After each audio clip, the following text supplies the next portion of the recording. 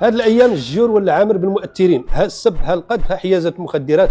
اسمع هذه. هاد الايام الجيور ولا عامر بالمؤثرين، ها السب ها القذف ها حيازه المخدرات ها الاتجار بالبشر. اعتقالات كثيرة وتهم متنوعة من الجنحي إلى الجنائي، هكذا عرفت الساحة الرقمية في المغرب خلال الفترة الأخيرة. توقيف عدد من صناع المحتوى بعد فتح أبحاث قضائية تحت إشراف النيابة العامة على خلفية أفعال تصنف ضمن خروقات يعاقب عليها القانون الجنائي المغربي. وتواجه هذه القضايا عقوبات متفاوتة قد تصل في بعض الحالات إلى 10 سنوات سجنا نافذا بحسب طبيعة الأفعال المرتكبة وتكييفها القانوني. ولا تندرج هذه المتابعات ضمن أي حملة مؤقتة، بل هي تطبيق عادي لمقتضيات القانون الجاري به العمل في مواجهة أفعال تعد مخالفة للنصوص القانونية. مؤخرا ولينا نحشموا ندخلوا للتيك توك والفيسبوك اللي ولاو عامرين بمؤثرين ما عندهم لا تربيه لا اخلاق، كلام بذيء وعري وقدوه سيئه.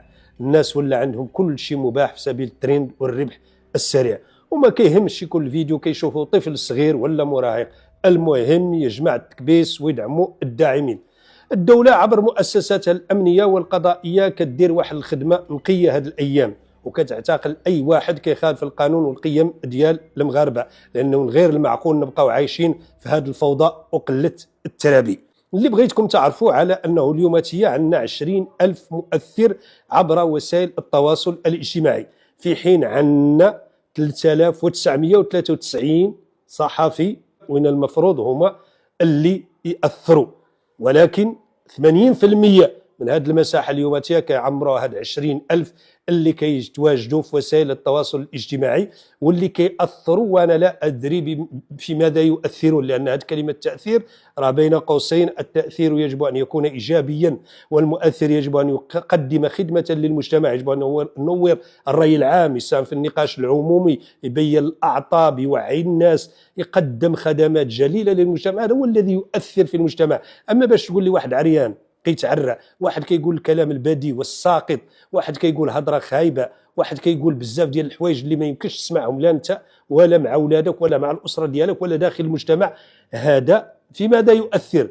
للاسف، وكنعاود وكنكررها، الحكومه ديالنا عبر وزير الثقافه حسب ما سمعت وحسب ما وصلني من معلومات على انها احتفت بواحد الشخص من هاد الاشخاص المشتبه فيهم او المتابعون اليوماتيه امام النيابه العامه، واعطاته جائزه احسن مؤثر في المغرب. يا سلام، انا لا ادري في ماذا يؤثر هذا الشخص. انا واش اليوم كثرت السلاسل وجمع شعرك وقول الكلام القبيح ونقز هنا ونقز هنا؟ هذا هو التاثير؟ بالله عليكم، هذا هو التاثير الذي ينتظره المجتمع وينتظره الجيل ديالنا والابناء ديالنا والبنات ديالنا. للاسف الشديد 75% من المغاربه اليوماتيه يستعملون وسائل التواصل الاجتماعي. اذا الكارثه الكبرى اليوماتيه على اننا كناخذ جميع القيم ديالنا والمسائل ديالنا كلها من هذه الوسائل هذه، وهذه اصبحت ضروره ملحه. وهنا كنرجع للدور ديال الاسره، الدور ديال المدرسه، الدور ديال الرقابه.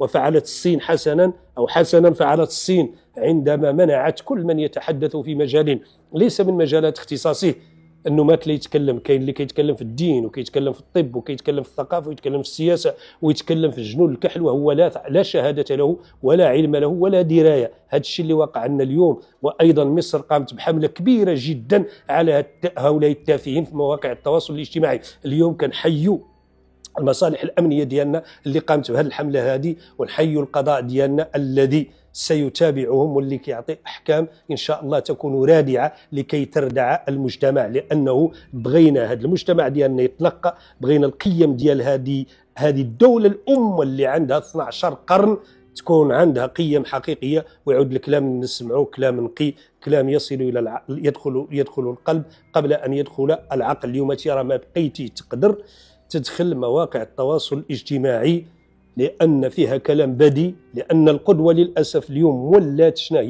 هي الناس اللي لا باس عليها، هي الناس اللي تجمع الفلوس بأي وسيلة من وسائل التواصل الاجتماعي، وعطينا القدوة حطيناها في الفلوس، حطيناها في الناس اللي لابس مزيان، اللي عنده السيارة، الذي يملك المال.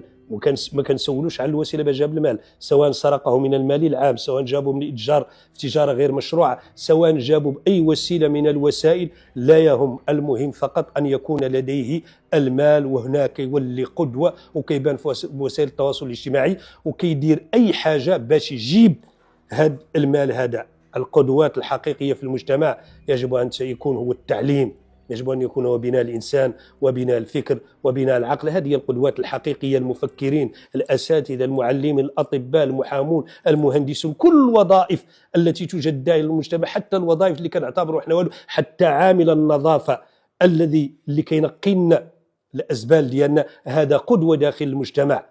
ما نحتقروش وما نقلوش من القيمة ديالو، لأنه مهندس، هذا مهندس ويتحمل الأوساخ ديالنا احنا، وعدم نظافة عقولنا وعدم تربيتنا على قيم المواطنة هو كيجمعها. هذه هم القدوات الحقيقية التي تقدم نفع وخدمة، منفعة عامة للمجتمع. ماذا يقدمون؟ ننتقل من المؤثرين في وسائل التواصل الاجتماعي وتفاعلهم إلى المؤثرين في السياسة.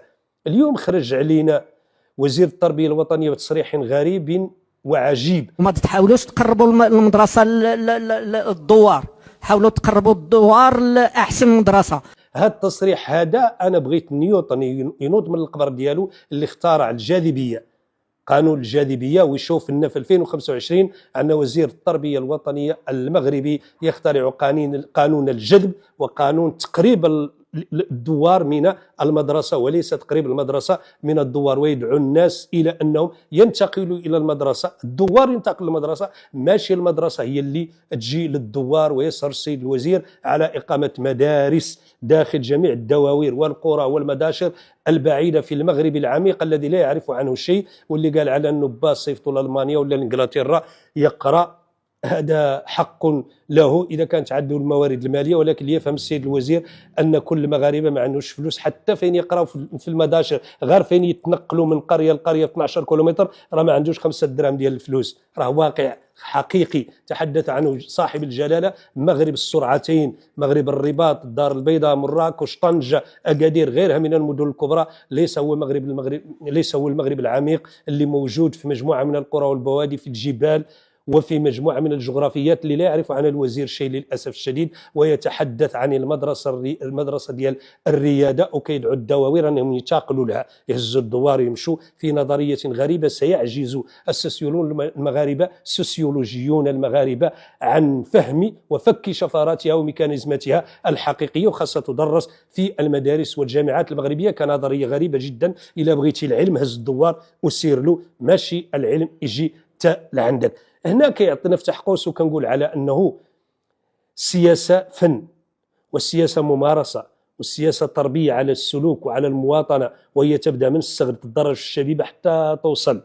ولكن هذا الوزير سقط من السماء. هنا كيبان لك على أنه في المغرب للأسف وهذه الحكومة كتبين على أن عنصر الولاءات، عنصر القرب والبعد من الرئيس أو من المسؤول هو الذي يحدد العلاقة، وهو الذي يعطي المنصب، وليست الكفاءة، ليس التدرج في السياسة. ما كنقلبوش الرجل السياسة الحقيقي الذي يتقن فن التواصل، كنقلبوا الناس اللي قراب لينا، الولاءات جايبهم من الشركة ديالي، جايب من المقاولة ديالي. طيب في الشركة ديالك، في المقاولة ديالك، تعتمد على مدير قوي، تعتمد على رئيس قوي يفهم في الماركتينغ، يفهم في التسويق، يفهم في البيزنس ادمينستريشن، ولا يفهم في التجارة. ولكن في تسيير دواليب الدولة، في تسيير دواليب الحكومة، نعتمد على هؤلاء الذين يفكرون منطق التجارة ومنطق الربح في قطاعات حساسة تبني المجتمعات. بنت اليابان، بنت ألمانيا، بنت الصين، بنت رواندا اللي كانت إلى البارح دولة تعاني من المجاعة والحروب الأهلية. تبناو بالعلم، ما تبناوش بهذا المنطق هذا ديال التجارة والبزنس اللي كنشوفوه. ولهذا أقول على أنه على السياسيين، ماشي سياسيين، على هؤلاء الذين ابتلينا بهم، لا سامح الله من أتى بأمثالهم إلى الوزارات، كنقول لهم الله يجازيكم بخير، عاونونا غير بالصمت. فالصمت أحيانا حكمة، والصمت أحيانا ذهب وعود فضة. غير سكتونا، لأن بعض التصريحات ديالكم تستفز المغاربة، وبعض التصريحات ديالكم تدل على ضعف النخب السياسية داخل المغرب، وأنتم أصلا لا تنتمون إلى النخب السياسية. احنا صبرنا معكم وغادي نصبروا معكم، غادي نصبروا على الكوارث ديالكم. ولكن بالله عليكم وانتم تخاطبون المواطنين في لقاء كتقولوا انتم على انه تأطيري امام مناضلين ديالكم، وانا لا ادري في ماذا يناضلون، كتقولوا لهم هذا الكلام هذا وكتصرحوا بهذا الكلام اللي كيتناقلوه المغاربه وكيولوا نكتوا به ويضحكوا به وكيشوفوا العالم كامل، ويعطي واحد التصور عن النخب السياسيه التي تسير الحكومه ديالنا للأسف الشديد نستحق أن تكون لدينا حكومة قوية، نستحق أن تكون لدينا نخب قوية. اليوم كيف ما المؤسسة الأمنية وكيف ما المؤسسة القضائية كيحاربوا هاد التافهين، أيضا علينا أيضا نحن أن نحارب هؤلاء الفاسدين وهؤلاء التافهين في السياسة. اليوم وزارة الداخلية جابت واحد القانون، كما حارب المؤسسة الأمنية كتحارب التافهين مواقع التواصل الاجتماعي، وزارة الداخلية أيضا جابت قانون ديال الانتخابات تحارب به الفاسدين. ممنوع يدخلوا الانتخابات من عنده الشبهة ولا عنده حكم موقوف التنفيذ ولا حكم في جناية أو جنحة وغيرها. هذا خلق نقاش. لماذا؟ لأن أغلب النخب السياسية، وما كنعممش لأن في التعميم يعني لا يليق، ولكن بعض النخب السياسيه والكثير منها داخل الاحزاب كترشح هاد الناس هادو اللي عندهم الفلوس واللي عندهم فساد واللي عندهم الشبهه واللي محكوم عليهم، واللي البعض منهم يتواجد الان داخل البرلمان ويخرج عينيه ويقاحر، يعني يتحدث ويدافع عن الفساد وهو متابع في قضايا فساد. بالله عليكم تصوروا لنا هذا البرلمان، تصوروا لنا هذا النخب. اذا نحن نتمناو على انه كما كنقوا وسائل التواصل الاجتماعي من هاد الناس هادو، نقوا حتى الحياه السياسيه من هاد الناس هادو، ولا نتذرع بما يسمى بين قوسين خطا قارنه البراءه، لان البراءه ما هي قارنه، البراءه مبدا، لانه اذا تكلمنا عليها قارنه راه قابله لاثبات العكس، والقرائن اما قاطعه واما بسيطه، والبراءه ليست قارنه، البراءه مبدا هي اصل. وهذه البراءه هذه اللي هي مبدا وهي اصل حق أريد به باطل. كنجل إلى الانتخابات وإلى الترشح ونقولوا لا نتمسك بهذه البراءة لأنني أنا ما عنديش حكم نهائي حائز لقوة الشيء المقضي به. اليوم تبغينا اليوم هل نريد تخليق الحياة السياسية كما نريد أيضا تخليق وسائل التواصل الاجتماعي ديالنا؟ تحملوا المسؤولية كاملين كأحزاب سياسية. أنتم لو كنتم أحزاب سياسية حقيقية وقادرين على أنكم تسنوا وتوقعوا على ميثاق للأخلاق وللشرف، هنا لا نحتاج الى القانون. ولكن ما دام عجزتم تدخل القانون، النقاش فيه واش دستوري ولا ما دستوري هذا تحلوا المحكمه الدستوريه. ولكن النقاش الحقيقي اليوم انه بعد 31 اكتوبر خطاب ديال صاحب الجلاله يجب ان تكون هناك قطيعه على جميع المستويات، كما تصورها باشلار تحدث عن القطيعه الابستمولوجيه. جلاله الملك تحدث عن المغرب ما قبل 31 اكتوبر وما بعد 31 اكتوبر، اللي خاصنا تكون عندنا فيه نخب سياسيه حقيقيه قويه قادره على قياده هذا الوطن الى سفينه النجاه، قادره على بناء الوطن وعندها تصورات حقيقيه وعندها الكبد على البلاد. ما دايراش هذا الوطن هو مجرد صاله ترانزيت ولا رصيد في الابناك. ايضا هذه وسائل التواصل الاجتماعي اللي مملوءه من التافهين يجب ان ننهي معها. اللي عنده شي حاجه يساعد في بناء الرأي العام، يساعد في تنوير الرأي العام، يساعد يعني في بناء العقول وفي تكوين شخصية هذه الأجيال هذه، مرحبا به. لأن هدمنا القدوات وعطينا القدوات على أن هاد الناس هادو جامعين شعرهم ودايرين السلاسل وما نعرفش دايرين. هادو هم القدوات الحقيقية داخل المجتمع التي كرمها وزير الثقافة وغيره. القدوات الحقيقية هي المعلمين اللي في الجبال واللي تحدث عنهم الوزير باحتقار. المعلم السيد الوزير خاصك تعطيه دوبل سولد في الجبل، وخاصك تخلصوا وتعاود تخلصوا وتخلص معاه الناس اللي قاعده في هذيك القرى وفي هذيك البوادي البعيده اللي ما فيها في سبل الحياه والرفاهيه اي شيء اللي موجود في المدن. المعلم والطبيب والطبيبه والفرملي والفرمليه اللي كيتواجدوا في القرى والبوادي المغربيه في المغرب العميق خاصنا نعطوهم اضعاف ما ياخذه الوزير وما ياخذه النائب البرلماني من تعويض وما ياخذه المسؤولين اللي قاعدين في الكراسي المكيفه. هادو قاعدين في الجبال كيقروا ولاد الشعب في ظروف قاسيه، وفيهم اللي كيصرف حتى على بعض الناس وبعض العائلات اللي ما عندهم حتى شي حاجه واللي ما كانت توصلهم حتى السيد الوزير ولا نوصلهم انا ولا يوصلهمش رئيس الحكومه. المعلم هو من يبني الحضاره ويجب ان نحترم ولا نحقره. الوزير انا لا الومك، الوم من جابك لانك لست نتاج المدرسه العموميه، ما كنتي معلم، ما كنتي استاذ، ما كنتي مدير، ما كنتي مفتش، مانك عارف خبايا التعليم، مانك عارف الاعطاب ديالو. انا لا الومك، الوم من جابك لأنك ما كتفهم فاقد الشيء لا يعطيه. ولكن شوقي قال كاد المعلم أن يكون رسولا. المعلمين خصهم يعني واحد النوع من العناية كما الأطباء كما غيرهم من الناس اللي يمشوا ويقبلوا ويقعدوا في هذيك القرى والبوادي، ونحن كنقولوا لهم انتم ما دايرين والو، وانتم بالعكس حنا اللي ما دايرين معاهم والو، حنا اللي ما مقدرينهم. الا كنت تعطيهم 10,000 درهم خاصك تعطيهم 30,000 درهم لانهم قابلين وقاعدين تما وكيقروا اولاد الشعب وكيسكنوا في المدارس احيانا لانهم ما كيلقاو فين يسكنوا، وغير الناس الكرماء والبسطاء من أبناء هذا الشعب في القرى والبوادي هم اللي كيعطوهم الماكلة أحيانا، وهم اللي كيعطوهم فين يقعدوا. وتصوروا معايا دور المغرب، شوفوا المغرب الحقيقي، المغرب الحقيقي مش ليس الرباط ومراكش والدار البيضاء وطنجة وأكادير وغيرها من المدن الكبيرة. المغرب الحقيقي يوجد في الحواشي والقرى والبوادي والجبال اللي ما كيوصلها حتى شي واحد. تحية لكل معلم ومعلمة في القرى والبوادي والجبال، تحية لكل طبيب وطبيبة يكافح في القرى والبوادي والجبال من أجل يعني المعاناة ديال الأطفال ديالنا، من أجل تعليم الأطفال ديالنا، من أجل تطبيب الأطفال ديالنا.